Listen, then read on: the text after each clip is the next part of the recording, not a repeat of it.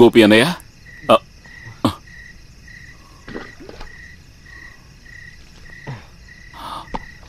గోపి అన్నయ్య, గోపి అన్నయ్య,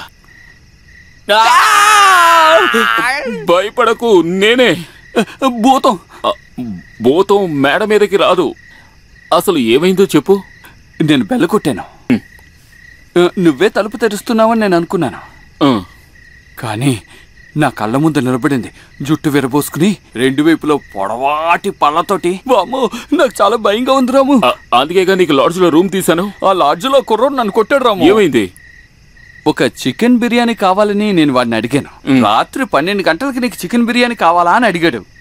నాకు ఆకలేస్తోందిరా, వెళ్ళి బిర్యానీ తీసుకురా అని మెల్లిగా ఇలా ముట్టుకున్నానంతే. వాడు మంచం మీద పడిపోయాడు. తలకి దెబ్బ తగిలి రక్తం వస్తోందని నన్ను పెచ్చో కొట్టుడు కొట్టేశాడు. అయినప్పటికీ రాము, నువ్వెలా ఈ భూతంతో? అందుకేగా నేను వేరే ఫ్లాట్ వెతుకుతున్నాను. బయట వాళ్ళు ఎవరైనా వచ్చారంటే ఈ ఆత్మ మరీ రెచ్చిపోతోంది. సిటీలో దయ్యాలుంటాయని నేను అస్సలు ఊహించలేదు. అయ్యో, ఈ మధ్య సిటీలోనే దెయ్యాలు ఎక్కువగా ఉంటున్నాయి. గ్రామాల్లో మాంత్రికులు తెరమేసే దెయ్యాలున్నాయే, అవి తిన్నగా సిటీకే వచ్చేస్తున్నాయి. ఓహో, ఆ విషయం నాకు తెలియకుండా పోయింది. ఇప్పుడు పులితోక పట్టుకున్నట్టుగా అయింది. ఊరికి వెళ్దాం అనుకుంటే చేతిలో డబ్బులు లేవు, అక్కడ 1 సెంటు భూమి కూడా లేదు.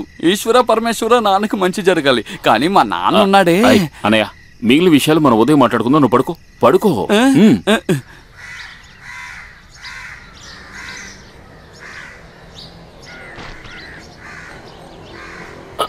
వద్దు వద్దు, వదిలే. అవన్నీ నేను తీసుకుంటాను. ఇదిగో, నువ్వు కాస్త త్వరగా వెళ్ళిపో అన్నయ్య. ఉదయం లేచి చూసేటప్పటికి దెయ్యం బాత్రూంలో ఉందన్నయ్య. ఓరి భగవంతుడా, మరి నేను ఎక్కడికి వెళ్ళాలి రాము? ఊరికి తిరిగి వెళ్ళిపో. ఇదిగో డబ్బా. మా అమ్మకు ఉత్తరం. ఊళ్ళో మాకు 10 సెంట్లు భూమి ఉంది, అందులో 2 సెంట్లు నీ పేరు మీద రాయమని అమ్మకు ఉత్తరం రాశాను. కొంచెం అన్నప్పుడు 1 ఎకరం ఇచ్చినా బాగుండేది. 1 ఎకరమా? అయితే అమ్మతో చెప్పు చాలు. నేను స్నానం చేయలేదు, ఇంకా ఆకలి కూడా. వెళ్ళేదారిలో చూసుకోవచ్చు. ఇప్పుడు ఫ్లాట్ లోకి వెళ్ళడం డేంజర్. అదే సమస్య. నువ్వు బయలుదేరు. పోనీ నేను బయలుదేరు. ఓహ్, నేను తిరుపతికి బెజవాడికే వెళ్తున్నాను. నీ గురించి దండం పెట్టుకుంటాను. సంతోషం.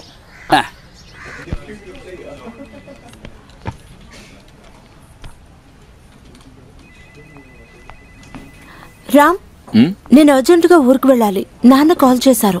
రేపు నా వెడ్డింగ్ ఎంగేజ్మెంట్. ఆల్రెడీ నిర్ణయించిన మ్యారేజే. నాన్నగారి క్లోజ్ ఫ్రెండ్ వాళ్ళ అబ్బాయి. వాళ్ళంతా ఉదయమే వస్తారట. ఆలోగా నేను వెళ్ళిపోవాలి. ట్రైన్ టికెట్ దొరకలేదు. 4:30కి బస్సు ఉంది, దానికి టికెట్ రిజర్వ్ చేశాను. అది కాదు జ్యోతి, ఎంతైనా పెళ్లి కదా, ఆలోచించుకోవడానికి టైం ఇవ్వక్కర్లేదా? నాన్నగారి విషయాలన్నీ అంతే. First obey and then command. మనం ఆయనతో చెప్పడం కుదరదు. 3:30కి నేను ఫ్లాట్ నుంచి బయలుదేరుతాను. ఆలోగా మీరు వస్తే బాగుంటుంది.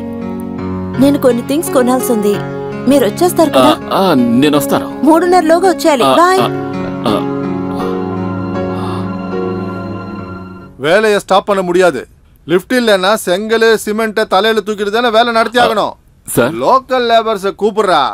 మెకానిక్ ఇప్పుడే అనుపురేన్. ఓకే సార్, నువ్వేం చేస్తావంటే మన మెకానిక్ గురునాథాన్ని తీసుకుని రాయపురం వరకు వెళ్ళు. అక్కడ సర్వీస్ లిఫ్ట్ ప్రాబ్లం గా ఉంది. సార్, నేను వచ్చింది ఓ ముఖ్యమైన విషయం చెప్పడానికి. మధ్య నుంచి హాఫ్ డే లీవ్ కావాలి. ఇప్పుడున్న సిచ్యువేషన్ సీరియస్ తెలుసుకో. అరగంట పని ఆగిపోతే ఎంత నష్టం వస్తుందో నీకు చెప్పాలా నేను? Sir please. No, do what I సే.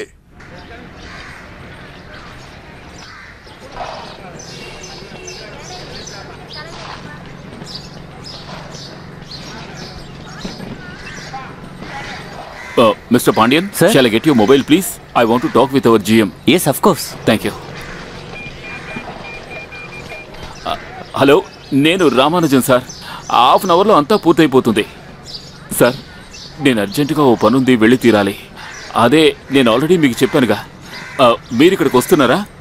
మీరు రండి సార్. కానీ నేనెందుకు సార్ ఇక్కడ ఉండాలి? అది కాదు సార్, లేట్ అయిందంటే. Sir please. సరే, ఉంటాను. ఇంగరా ఇదిగో. Thank you sir. Me wife ఇప్పుడే బయలుదేరారు. మీకోసం వెయిట్ చేసి చూసి ఇప్పుడే వెళ్ళారు. వెళ్ళిపోయిందా? ఇప్పుడే వెళ్ళారు. మీరు ఊరికి వెళ్ళారు? లేదు, నేను ఒక ముఖ్యమైన విషయం మాట్లాడాలి. నేను బస్ స్టాండ్కి వెళ్తాను. ఆటో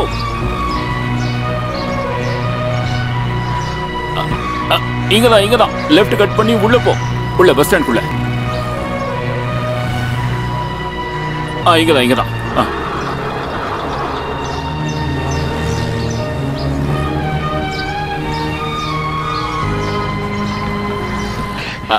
அண்ணே சொல்லுப்பா. 4:30 மணிக்கு ஆந்திராக்கு ஒரு பஸ் இருக்கே, அது போயிடுச்சா? ஆந்திரானா விஜயவாடா கிட்டயா? அந்த பஸ் இப்பதானே போச்சு.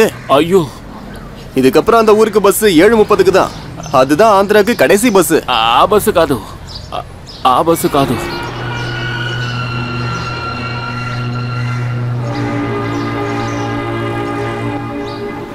నాయరు ఇప్పుడు బండి నడుస్తోంది అనుకోండి. అలాగే. స్పీడ్ 40కి పైనే వెళ్తోంది. ఇప్పుడు 4th గేర్ వేయండి. 40కి పైకి వెళ్ళిందని నాకెలా తెలుస్తుంది? లాక్ కొడితే పళ్ళు రాలిపోతాయి. మా నాన్నకున్న నేళ్లు ఉన్నాయి. స్పీడ్ గా బండి వెళ్తున్నప్పుడు వెనక్కి తిరిగి చూసావంటే వెళ్ళి దేనైనా గుద్దేయవు. దానికి ఇప్పుడు పరిగెత్తలేదు కదా. బండి 4 గేర్లు పెట్టావు. ఇది 4th గేర్, ఇది ఫస్ట్ గేర్. అక్కడి నుంచి కిందకి లాగు 4 వెయ్యి. మాస్టర్ కి కోపం వచ్చినప్పుడు తెలియక ఎందుకు నాయరు అనవసరంగా రెచ్చగొడుతున్నావు? నా బ్లడ్ ప్రెషర్ ఎక్కువ చేస్తున్నావు. ఇది ఇప్పుడు పరిగెత్తే బండి అయితే నడిచే బండిలో నువ్వు సరిగ్గా వెయ్యలేవరే కదా. నిన్ను ఈ డొక్కు బండిలో కూర్చోబెట్టాను నేను. లేకపోతే ఇలా పడుకుని వెళ్ళే పెట్టి కావాలా నీకు? ముందు నీ ఊహలన్నీ అటు ఇటు వెళుతున్నాయి. వాటి అన్ని తీసుకొచ్చి నీ బుర్రలో పెట్టుకుని లాక్ చేసుకో. ఇదిగో ఇక్కడ పెట్టి ఇలా లాక్ చేసుకో. నా ప్రాణం తీయడానికి వచ్చాడు. పోలన్నయ్య, జ్యోతి వెళ్ళిపోయింది. జ్యోతి ఊరు వెళ్ళిపోయింది. ఇలారా, తను వెళ్ళడానికి ముందు మీ దగ్గరకు వచ్చి ఏమైనా మాట్లాడిందా? ఏ అరే, అడిగిన దానికి సమాధానం చెప్పండి. నేను ఆవిడ చూడలేదు. ఏమైంది? తను ఎక్కడికి వెళ్ళింది? ఊరు వెళ్ళిపోయింది. పెళ్లి ఫిక్స్ అయిందట, తన పెళ్లి. అంతే కదా. నేనేమో తను ఏదో వస్తువు ఎత్తుకు వెళ్ళిపోయింది అనుకున్నాను. మంచి విషయానికే కదా వెళ్ళింది. ఎంతైనా మీతో ఒక్క మాట కూడా చెప్పకుండా వెళ్ళిపోయింది కదా. కొంచెం ఆలోచించండి. మనమంతా ఒక ఫ్యామిలీలో ఉండేవాళ్ళం. 4:30 బస్సుకు వెళ్ళిపోతాను, ఆలోగా ఫ్లాట్కి రమ్మని తను నాకు చెప్పింది. నేను కొంచెం లేటుగా వెళ్ళడం నిజమే, కానీ ఒక్క మాట నాతో చెప్పుంటే రాత్రి బస్సుకి ఎమర్జెన్సీ కోటాలో టికెట్ నేను ఇప్పించి ఉండేవాడిని. పెళ్లి ఫిక్స్ అయిందని లాస్ట్ మినిట్లో చెప్తారా? ఇదేనా మనకిచ్చే మర్యాద? దానికి నువ్వెందుకు నీ కార్పొరేటర్ని వీక్ చేసుకుంటున్నావు? అది కాదు, నేను అవునవును, నువ్వు విషయానికి రారా. నాకు కొంచెం బాధగానే ఉంది.